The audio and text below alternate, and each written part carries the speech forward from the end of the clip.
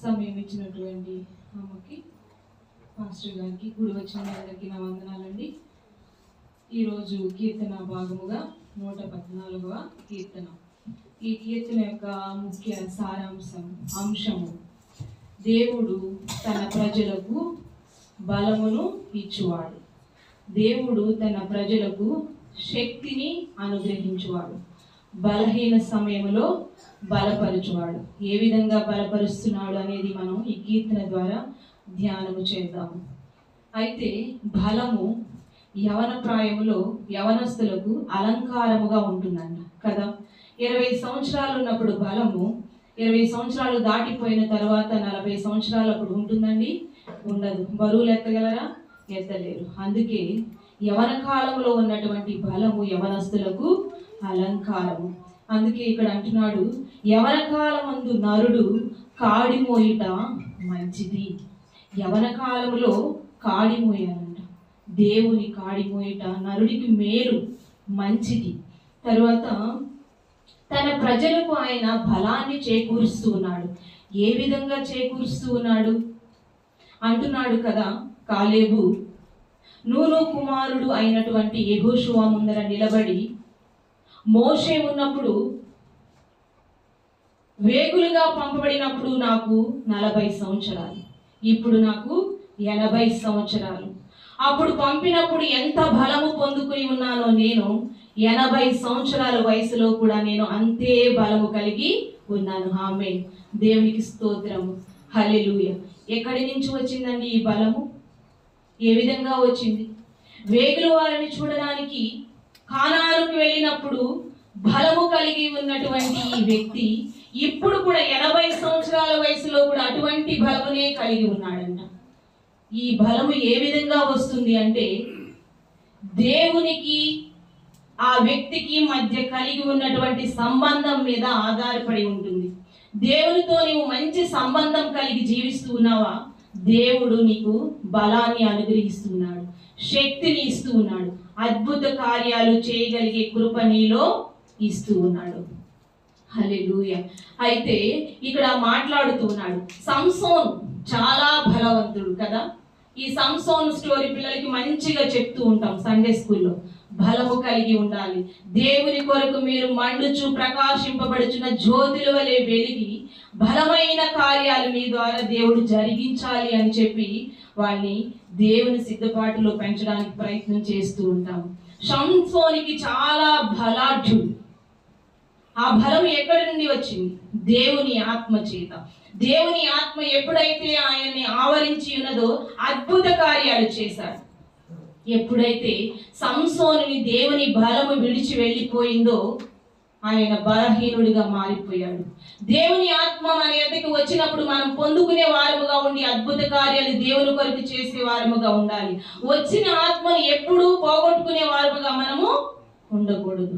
దేవునితో ఎప్పుడు సత్సంబంధము కలిగి, మంచి బంధము కలిగి. ఈ బంధము ఏ విధంగా వస్తుందండి? వాక్యము ధ్యానించడము ద్వారా, ప్రతిరోజు ఆయనతో మాట్లాడము ద్వారా మనకి మంచి బలం, శక్తి అనేది దేవుడు ఇస్తూ ఉన్నాడు. దావీదు మహారాజు మనం చూసుకున్నట్లయితే సింహాన్ని చంపడానికి, ఎలుగుబంటును చంపడానికి, గొల్యాతును చంపడానికి ఎవరిచ్చారండి బలము? ఆ దేవుడే. ఆ దేవుడే మంచి బలాన్ని ఇచ్చి ఉన్నాడు. మనకైతే బలాన్ని దేవుడే ఇస్తూ ఉన్నాడు. మనం శారీరకంగా సంవత్సరాలు గడుచున్న కొద్దీ మనం బలహీనములు అవ్వచ్చు, కానీ ఆత్మీయంగా దేవుడు మనకి బలాన్ని ఎప్పుడు ఇస్తూనే ఉంటాడు. దావీదు మహారాజు 40 సంవత్సరాలు ఇజ్రాయేలీల రాజ్యాన్ని సుస్థిరముగా స్థాపించి బలపరిచి నడిపించడానికి ఆ దేవుడే గొప్ప బలాన్ని చేకూర్చాడు. ఈ బలము కావాలి అంటే కొన్ని పనులు నువ్వు చేయవలసి ఉన్నది. అందుకే ఇక్కడ చూడండి 114, ఐగుప్తులో నుండి ఇజ్రాయేలీలు అన్య భాష జనులలో నుండి యాకోబు బయలు వెళ్ళినప్పుడు ఆత్మశక్తి మూలము. ఈ 2 వచనాలు ఆత్మశక్తి మూలము. అవును, ఐగుప్తు అనగా ఈ లోకం. ఈ లోకంలో నుండి నువ్వు బయలు వెళ్ళిపోవాలి, ప్రత్యేకించబడాలి. ఈ లోకానికి ఒక భాష ఉంది, ఒక పద్ధతి ఉంది. దీనికి మనకి సంబంధం ఏమాత్రము లేదు. మనము దేవుని భాషను కలిగి ఉండాలి. ఐగుప్తులో నుండి మనము దేవుని యొద్దకి బయలు వెళ్ళిపోవాలి. ఆయన శక్తి పొందుకోవడానికి ఆయన యొద్దకి మనము నడిచి వెళ్ళిపోవాలి. అందుకే ఇక్కడ మాట్లాడుతూ ఉన్నాడు. యెషయా గ్రంథము చూడండి, యెషయా గ్రంథము 40వ అధ్యాయము 29. యెషయా గ్రంథము 40వ అధ్యాయము 29. చదువు.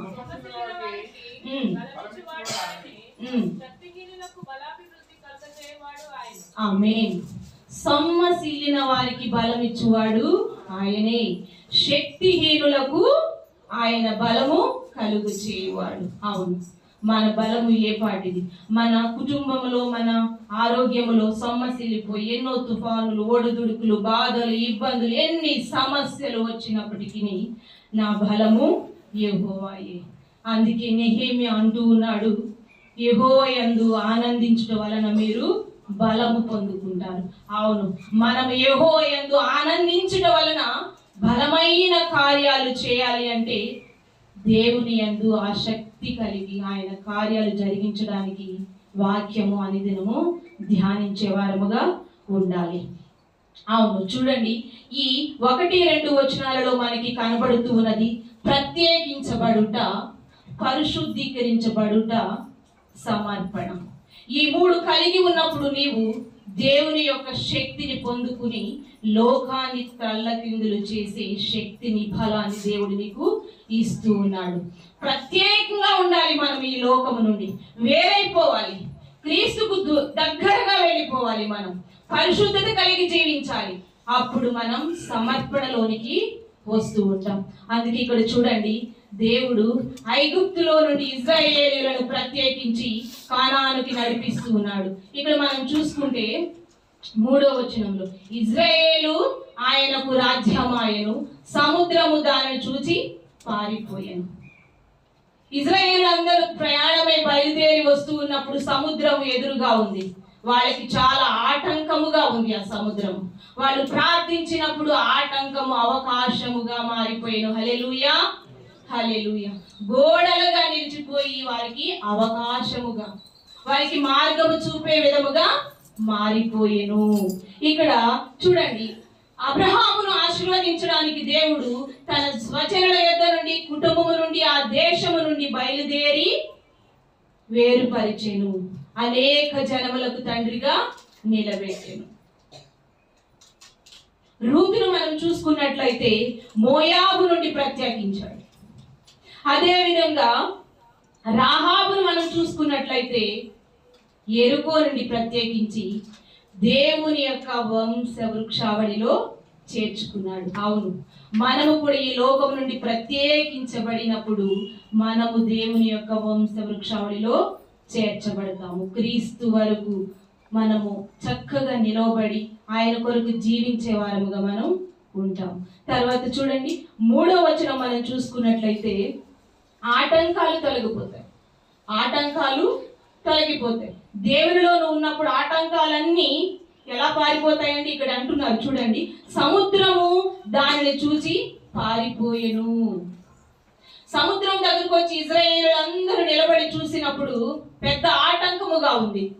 అందుకే మోషే అన్నాడు, ఓరకనే నిలుచుండి చూడుడి, యెహోవా ఏ కార్యము జరిగించును. అవును, మనం ఊరికనే నిలుచుండి దేవుని యందు బలము పొందుకుని శక్తితో చూస్తూ ఉన్నప్పుడు దేవుడే కార్యాన్ని జరిగిస్తూ ఉన్నాడు. 4వ వచనం మనం చూసుకున్నట్లయితే అవకాశాలు బయలుపరచబడతాయి. కుటుంబంలో సమస్యలు ఉన్నప్పుడు, అవకాశాలు లేక, ఉద్యోగాల నిమిత్తం, పనుల నిమిత్తం, రకరకాల పరిస్థితులు మనకి ఎటువంటి అవకాశాలు లేక సతమతం అవుతూ ఉన్నప్పుడు ఈ వాక్యాన్ని ధ్యానిస్తే దేవుడు మనకి మంచి ఆటంకాలన్నిటిని తొలగించి చక్కగా అవకాశంగా మార్చివేస్తాడు. గొప్ప కార్యాలు దేవుడు మన పట్ల జరిగిస్తూ ఉన్నాడు. నెక్స్ట్ మనం చూడండి, తర్వాత 5-6 వచనాలు చూసుకున్నట్లయితే మనము విజేతలము. ఈ లోకము నుండి ప్రత్యేకించబడిన తరువాత, పరిశుద్ధముగా ఉన్న తరువాత విజేతలముగా ఈ లోకంలో జీవిస్తాం. అవును, ప్రకృతిని శాసించే అధికారము నరుడికి దేవుడు ఇచ్చి ఉన్నాడు కదా. యెహోషువ సూర్య చంద్రులను ఆపివేశాడు. ఆమేన్. అటువంటి మహాశక్తిని దేవుడు మనకి ఇస్తూ ఉన్నాడు. తర్వాత వచ్చిన మనం చూసుకుందామండి. లాస్ట్ 7-8 వచనాలు మనం చూసుకుంటే, మనము మాట్లాడినప్పుడు జనులు మన మాటలు ఆలకిస్తారు. మనం ఏం మాట్లాడతామండి? స్వార్థను గూర్చిన మాటలు మాట్లాడుతున్నప్పుడు జనులు ఏం చేస్తారు? ఆలకిస్తూ ఉంటారు.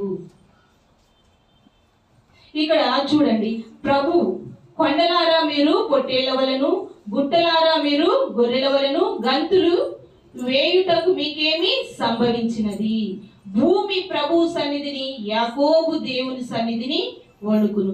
ఆయన బండను నీటి మడుగుగాను. చూడండి, ఆ బండ క్రీస్తే. ఆ బండను కొట్టినప్పుడు జీవజల నది పొర్లి పొంగెను. ఆ జీవజల నది ఎవరైతే త్రాగుతారో ఎన్నటికి దప్పిక గుణరు. ఇక్కడ తరువాత వచ్చిన చూస్తే, చెకుముకి రాతి బండను, చెకుముకి రాతి బండను, అగ్ని వచ్చింది. ఆ అగ్ని దేవుని యొక్క మహిమకు సాదృశ్యముగా ఉంది. ఇక్కడ ప్రసంగిస్తూ ఉన్నప్పుడు దేవుని యొక్క మాటల నుంచి మహిమ ప్రభావము బయలు వెళ్ళును. ఆ మాటలు జీవితాలను మార్చే విధముగా, మనుషుల యొక్క జీవితంలో మార్పు కలిగే విధముగా ఉంటుంది. ఎప్పుడైతే ఈ నీళ్లను నీవు తాగుతూ ఉన్నావో నీ జీవితంలో మరెన్నటికి దప్పిక గుణం. ఈ వచనాలలో మనం 3 అంశాలు నేర్చుకుని ఉన్నాము. ఒకటిగా ప్రత్యేకించబడాలి, రెండవదిగా పరిశుద్ధలోకి రావాలి, మూడవదిగా దేవునికి సమర్పణ చేసుకోవాలి. ఇలా చేసుకున్న నీవు దేవుడు నీకు మంచి బలాన్ని, శక్తిని ఇచ్చి ఆయన కొరకు అద్భుత కార్యాలు చేసేవారిగా దేవుడు ఈ లోకంలో నిన్ను నిలబెడుతూ ఉంటాడు. నీ కుటుంబాన్ని నిలబెడుతూ ఉంటాడు. ఇటువంటి అద్భుత కార్యాలు దేవుడు మన కుటుంబంలో జరిగించి ఆయన కొరకు బలముగా నిలబెట్టుకోవాలని ఈ వాక్యం ద్వారా మీకు చెప్తూ ఉన్నాను. దేవుడి వాక్యమును దీవించును గాక. ఆమేన్.